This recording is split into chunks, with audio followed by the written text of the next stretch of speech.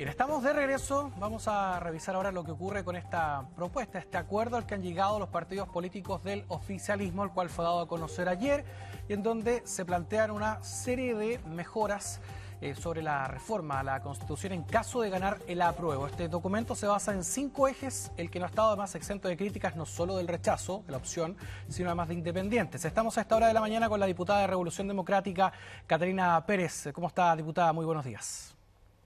Muy buenos días, muchas gracias por la invitación. Bien, partir preguntándole en relación a este acuerdo que es presentado por los partidos del oficialismo y de qué manera es que se puede garantizar este acuerdo, de qué manera es que se puede cumplir, tomando en cuenta además las declaraciones del presidente del Partido Comunista, Guillermo Tellier, quien ha dicho que no podemos garantizar que vamos a hacer estas cosas. ¿Se va a respetar este acuerdo? ¿Se va a contar con estos votos en caso de que gane la opción apruebo en el plebiscito? Por cierto, en primer lugar yo saludo muy sinceramente que los partidos políticos, a propósito del llamado que hace el presidente Gabriel Boric, hayan logrado en la diversidad que compone el apruebo ponerse de acuerdo en un camino de implementación y en un camino de mejoras al texto constitucional que, ojo, es posterior al 5 de septiembre. Sin duda hoy día es la ciudadanía la que tiene que pronunciarse el 4 de septiembre por apruebo y por rechazo, y lo que hacen los partidos del apruebo respondiendo al llamado del presidente es delinear qué es lo que viene después de que gane el apruebo del 5 de septiembre en adelante, comprometiendo los votos de su bancada y la presentación de estas propuestas al Congreso Nacional. Todas estas son reformas constitucionales o en materia de ley que tienen que continuar con los procedimientos que tiene ya delimitada, digamos, el texto de nueva Constitución. Por tanto, evidentemente, podemos nosotros comprometer nuestros votos y por eso es sumamente relevante que los partidos políticos hayan podido ponerse de acuerdo, pero esto también va a requerir de un diálogo democrático, ¿no? Con otras fuerzas políticas, con la propia oposición, para poder avanzar en estas transformaciones. Digamos, es propio de un proceso constituyente la necesidad de generar adecuaciones posteriores a la existencia de un nuevo texto, y es ese camino el que están adelantando los diversos partidos políticos en áreas que a mí me parecen sumamente relevantes, ¿no? La garantía de derechos sociales, el fin del abuso y el derecho, por ejemplo, a vivir una vida libre de violencia, en seguridad y tranquilidad.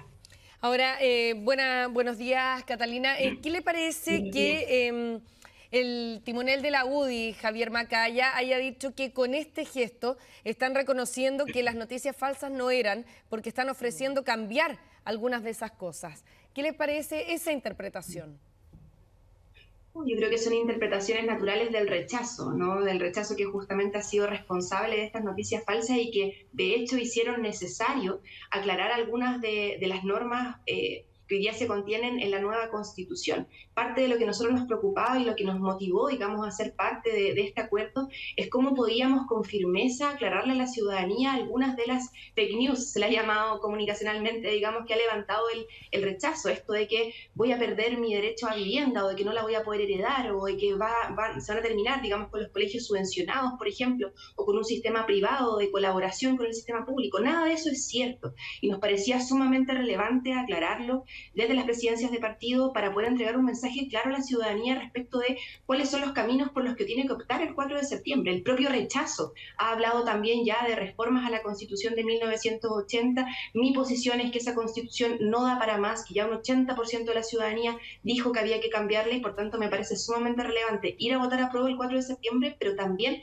tener claro qué pasa después. Y es esa certeza, y en esas certezas avanza el acuerdo que presentan los partidos políticos el día de ayer.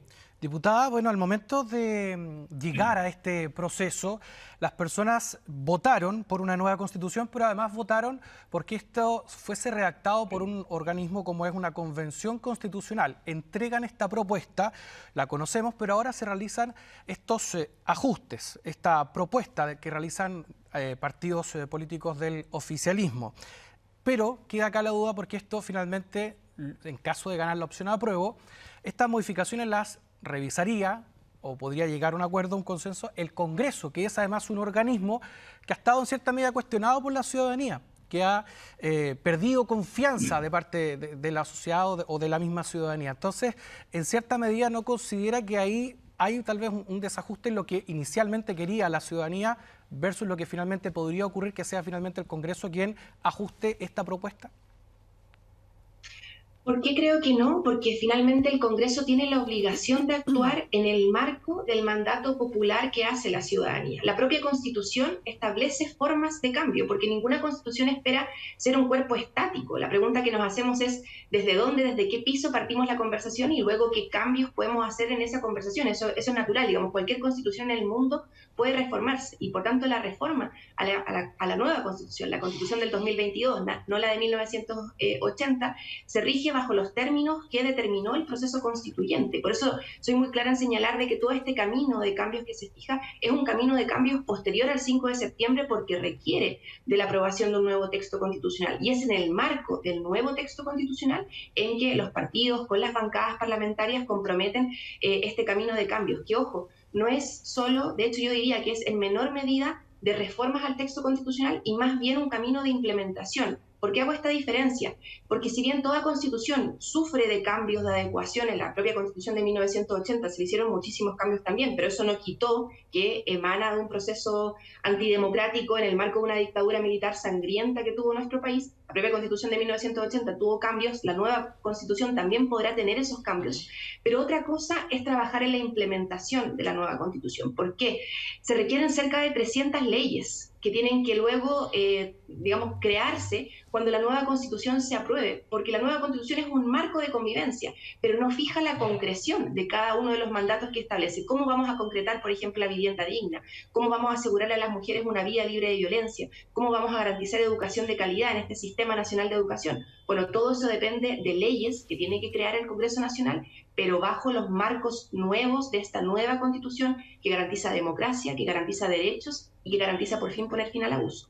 Diputada, y en este sentido, complementando además lo que le consultaba anteriormente, que tenía que ver con respetar además este proceso constituyente, ¿por qué se decide finalmente intervenirla en este momento? Estamos conscientes de que en muchos países del mundo se van perfeccionando posteriormente las cartas magnas, pero acá, ¿por qué no se respeta que llegue esta propuesta finalmente a este plebiscito y comprometer esta modificación? ¿Por qué intervenirla? Yo diría que por dos motivos. Primero, creo que este acuerdo responde a una necesidad de esclarecer lo que el rechazo buscaba enturbiar de la propuesta constitucional. Creo que hoy día la norma constitucional es clara en muchos aspectos que se han relativizado desde el sector de rechazo. Por ejemplo, la propiedad. Hoy día no hay absolutamente ninguna duda de que la nueva Constitución protege la propiedad incluso a un mayor nivel de lo que protege la Constitución de 1980, que no pone en duda la propiedad de la vivienda o que no pone en duda la colaboración pública y privada en la provisión de educación para que las personas efectivamente puedan elegir en qué proyecto educativo, por ejemplo, quieren que sus hijos se eduquen.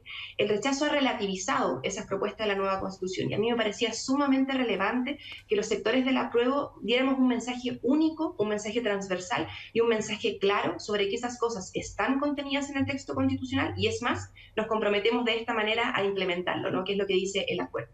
Y en segundo lugar, porque creo que han surgido dudas legítimas de la ciudadanía en el proceso de debate de texto constitucional.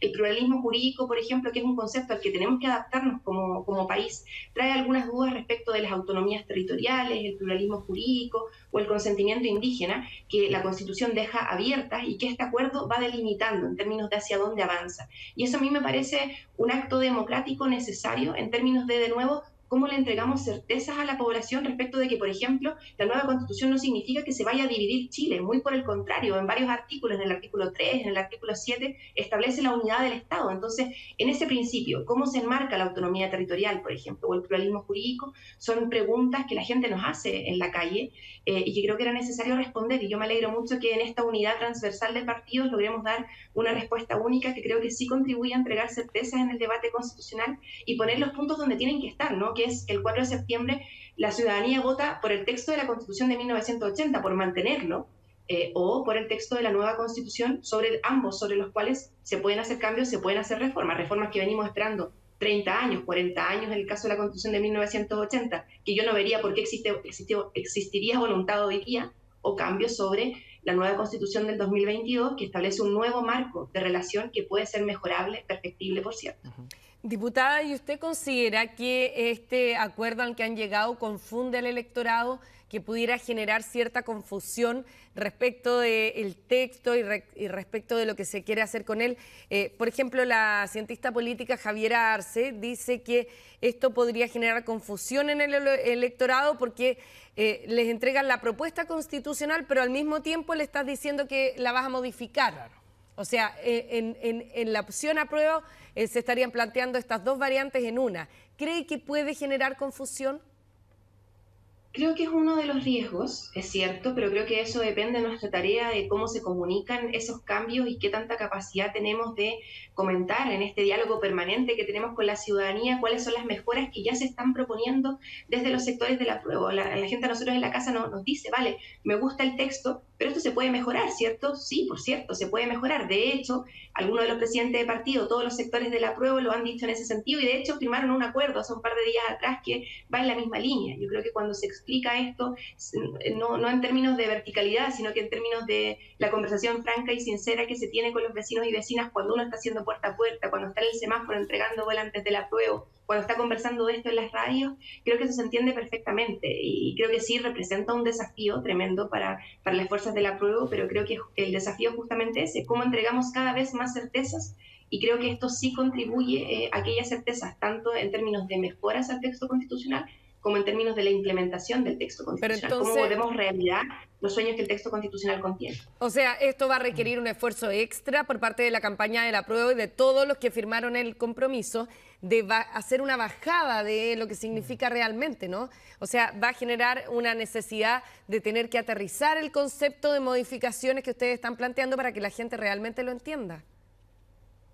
Sí, yo creo que efectivamente requiere un esfuerzo comunicacional, pero yo espero sobre todo que el debate de las próximas semanas se centre en lo bueno de la propuesta constitucional. Yo creo que esta propuesta constitucional tiene muchísimos elementos que tienen que ser conocidos por la ciudadanía. Por ejemplo, la elaboración de este Plan Nacional de Seguridad Pública para abordar la distribución de las fuerzas de orden y seguridad en todas las comunas del país, o más particularmente las policías en todas las comunas del país, que mejora la distribución de recursos para que los municipios puedan hacerse cargo de la delincuencia, o que reconoce el trabajo doméstico de las mujeres que nos están mirando hoy día, preparando el desayuno para sus niños o niñas. Eso lo reconoce como trabajo y por tanto abre la política pública a que ese trabajo, que hoy día es un 20% del PIB, un poquito más, para que nos hagamos una idea, la minería es un 6% del PIB, el trabajo doméstico de las mujeres es un 20% y hoy día no está siendo reconocido. Que la nueva Constitución lo reconozca, así como reconoce el derecho a la seguridad o así como garantiza el acceso a derechos sociales, me parece que tienen que ser parte del debate de las próximas semanas, ¿no? Cómo comunicamos los buenos contenidos del texto constitucional para que el apruebo siga creciendo como ha crecido hasta ahora. Sí, diputada, por último, y considerando además lo que planteaba Karina hace algún momento, que le consultaba sobre si esto podía generar alguna confusión, este acuerdo, ¿considera si esto, por ejemplo, podría tener algún efecto entre quienes son partidarios de un apruebo a secas? Y se lo consulto porque, por ejemplo, el alcalde de Recoleta, Daniel Jaude, declaró que no está de acuerdo con que se estén acordando reformas antes del apruebo. ¿Qué le parece además de esas declaraciones? Mira, primero, ¿quién está de acuerdo con el apruebo a secas? Yo soy parte de quienes creen que la nueva Constitución basta para ir a votar a apruebo, digamos. Yo creo que quienes creemos en el apruebo, y lo creíamos hace mucho tiempo por sí mismo, entendemos también y estamos de acuerdo con que la propia Constitución establece sus mecanismos de cambio y por tanto con que siempre es una posibilidad democrática que los partidos políticos que tienen representación en el Congreso Nacional propongan mejoras al texto constitucional y por tanto ir a votar a apruebo, incluso sin este acuerdo, consideraba la posibilidad de modificaciones al texto constitucional, porque de nuevo es natural hacerle modificaciones al texto constitucional, o consideraba la implementación necesaria para que el texto constitucional tenga sentido. Entonces creo que hoy día no se tocan esas voluntades, más allá de lo que uno pueda opinar políticamente es pertinente o no el acuerdo. Yo soy de quienes creen que era necesario generar este acuerdo político para entregar certezas, porque hoy día no le estamos hablando solamente a los convencidos, tenemos que hablarle también a los que falta por convencer, y en ese sentido me parece que el acuerdo sin duda avanza en esa línea y bueno, los resultados los tendremos que ver durante las siguientes semanas. Bien, le queremos agradecer a la diputada de Revolución Democrática, Catalina Pérez, por esta conversación a esta hora de la mañana. Muchas gracias. Gracias, diputada. Muy buenos días. Que tenga Hasta buenos luego. días. Chao, chao.